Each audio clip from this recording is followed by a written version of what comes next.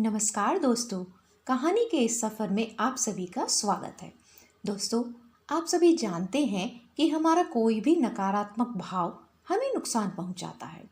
उसमें भी सबसे अधिक नुकसान पहुंचाता है गुस्सा। गुस्सा जितना दूसरों को नुकसान नहीं पहुंचाता, उतना हमें नुकसान पहुंचाता है। हम भी कई बार छोटी छोटी बातों पर बहुत गुस्सा हो जाते हैं, लेकिन गुस्सा करना किसी भी समस्या का हल नहीं है। इस लगातार गुस्से होने से हमारे शारीरिक और मानसिक स्वास्थ्य पर बुरा असर पड़ता है। आइए सुनते हैं इसी विषय पर एक कहानी, गुस्सा एक पल का।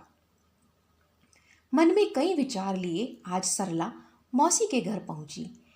उसके मन में बहुत उत्साह था। वह मौसी से और सूर्या से ढेर सारी बातें करेगी, क्योंकि उसका बड़े दिनों बाद मौसी के घर जाना हो रहा था। उसका सफ़र तो मिलने की खुशी में जल्द ही कट गया। रिक्शा पकड़ वह मौसी के घर पहुंची। घर में कदम रखा ही था कि उसे अंदर से बड़ी तेज तेज आवाज़ें आई, बर्तन और सामान पटकने की और चिल्लाने की। सरला घबरा गई और बहुत देर तक दरवाजे के बाहर खड़ी रही। जब आवाज़ें शांत हुई तो घर का दरवाज़ा खटखटाया। मौसी ने दरवाज़ा खोला। उनका चेहरा लटका हुआ था। वह बहुत उदास दिख रही थी। सरला ने मौसी को नमस्ते की और गले लगी। गले लगते ही मौसी रोने लगी। सरला ने कहा, क्या हुआ मौसी, आप क्यों रो रही हैं? मौसी ने कहा, कुछ नहीं बेटी। बस यह कहते ही मौसी का गला रुंध गया।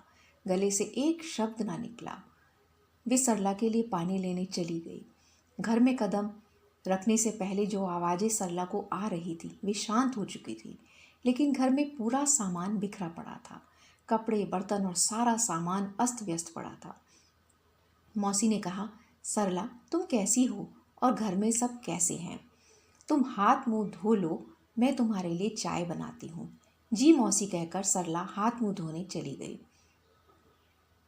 आई तो मौसी चाय और नाश्ता लेकर बैठी थी।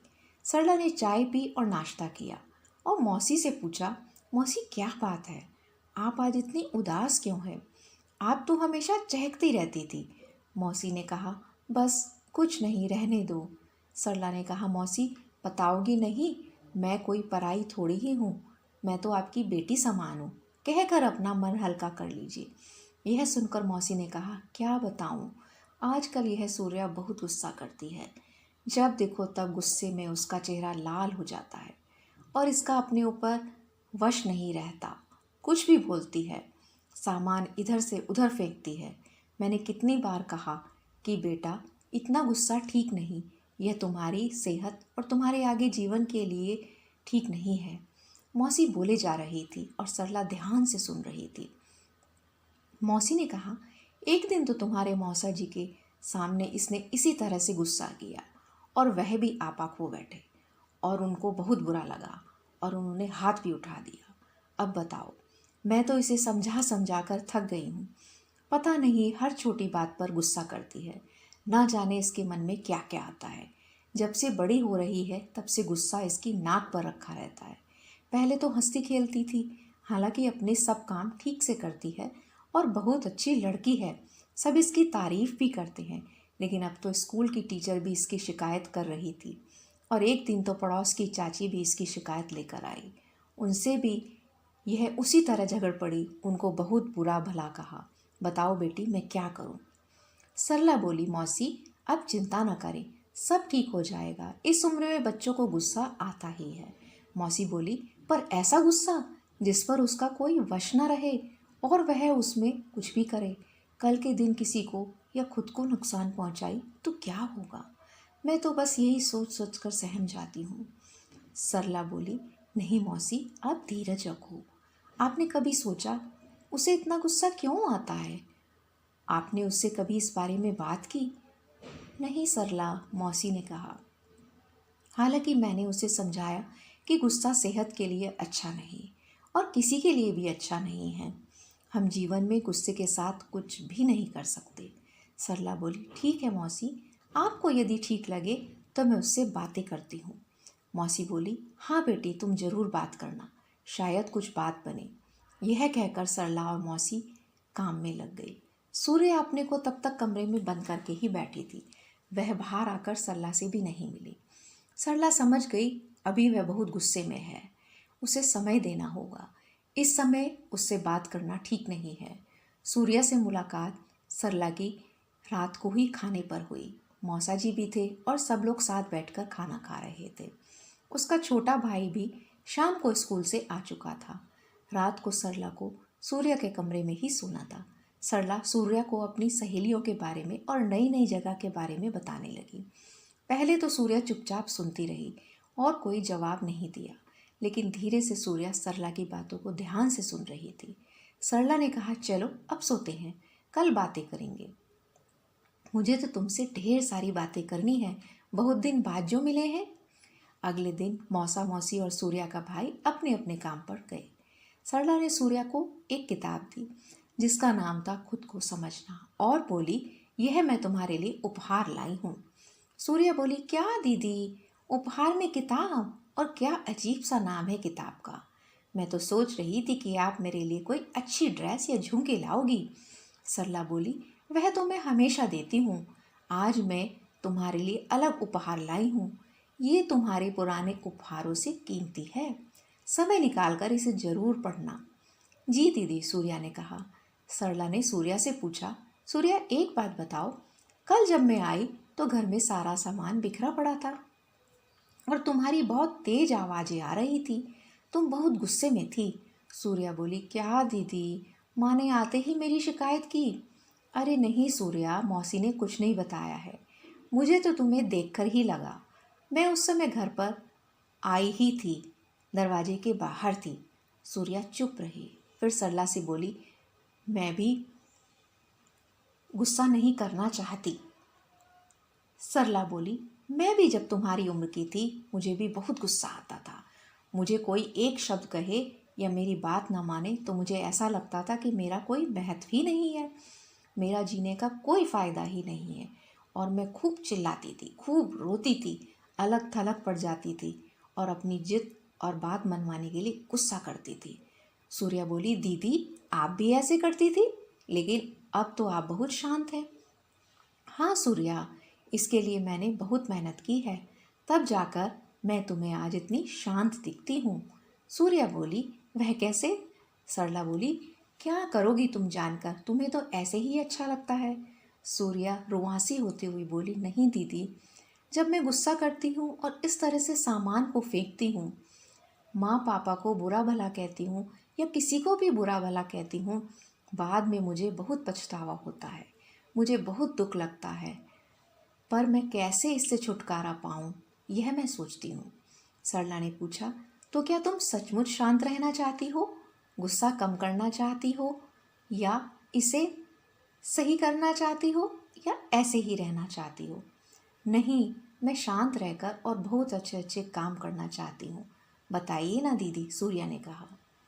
सरला ने कहा, देखो, हमारे मन में बहुत सारे भाव होते हैं, कुछ सकारात्मक, कुछ नकारात्मक।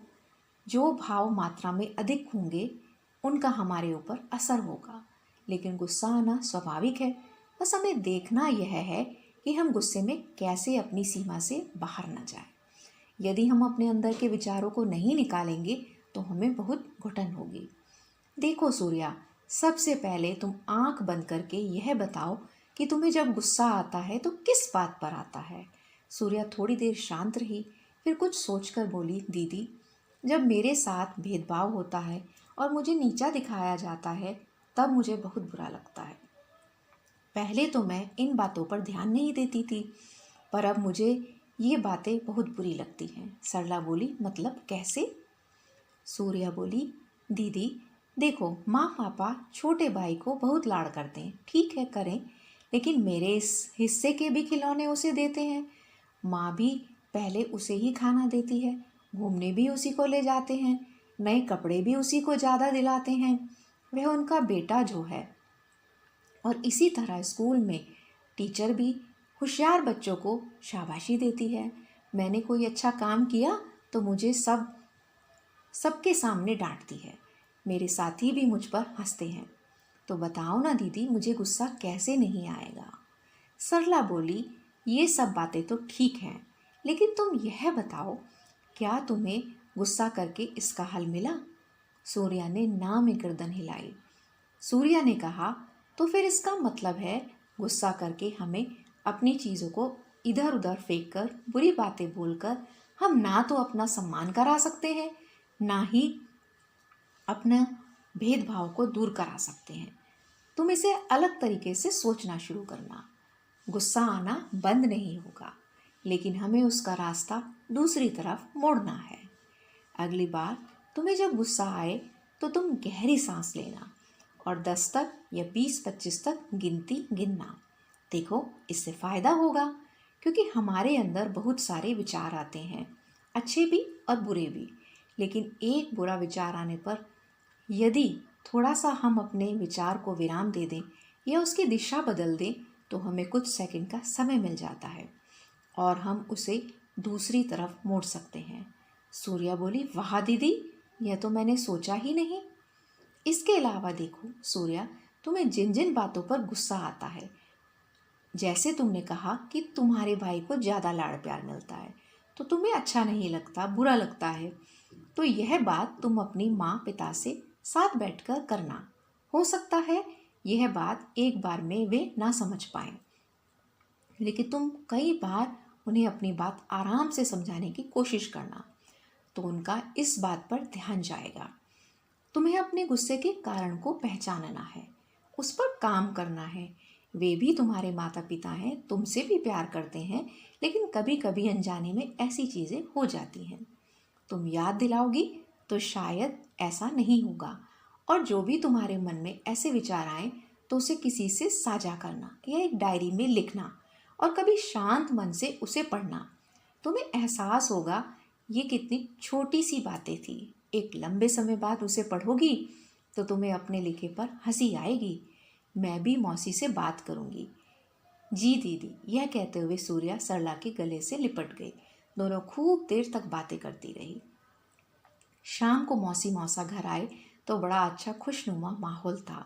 सूर्या आज बहुत खुश थी। खाना खाकर सरला ने मौसी से बात की और उन्हें बताया, मौसी, सूर्या अभी बड़ी हो रही है, उसे छोटी छोटी बातें बुरी लग सकती हैं, क्योंकि इस उम्र में शरीर और मन दोनों में बदलाव होते हैं। इसलिए छोटे भाई के साथ साथ उस पर भी ध्यान देना जरूरी है। और जो भी आपके मन में है उसके साथ बैठकर बातें करना। मैंने उसे बहुत अच्छे से समझाया है। आशा है वह आगे से अब इन बातों पर ध्यान देगी, लेकिन इसमें आपको और मौसा जी को मदद करनी होगी। आप दोनों की मदद से वह बहुत जल्दी ही अपने गुस्से का सही संतुलन करना सीख जाएगी। नियंत्रण तो मैं नहीं कहूँगी, क्योंकि गुस्से का संतुलन कर लेने से हम बहुत कुछ कर सकते हैं। यह कहकर सरला ने बताया, मौसी, कल मेरी वापसी है। मौसी बोली, अरे इतनी जल्दी जाओगी क्या? हाँ मौसी, बहुत काम है, फिर आऊँगी और मुझे ज़रूर बताना सूर्या ने आगे कैसा व्यवहार किया। जब लगे मुझसे फ़ोन पर बात करा देना। तो दोस्तों, कैसी लगी आपको यह कहानी? यदि आप चैनल पर नए आए हैं तो सब्सक्राइब करें, लाइक करें और साझा करें और बेल आइकॉन का बटन ज़रूर दबाएं, जिससे आने वाली कहानियों की सूचना आपको मिलती रहे। इस तरह की कहानियों को सुनने के लिए और मेरे साथ इस कहानी के सफ़र में बने रहिए। फिर मिलेंगे एक नई कहानी के साथ।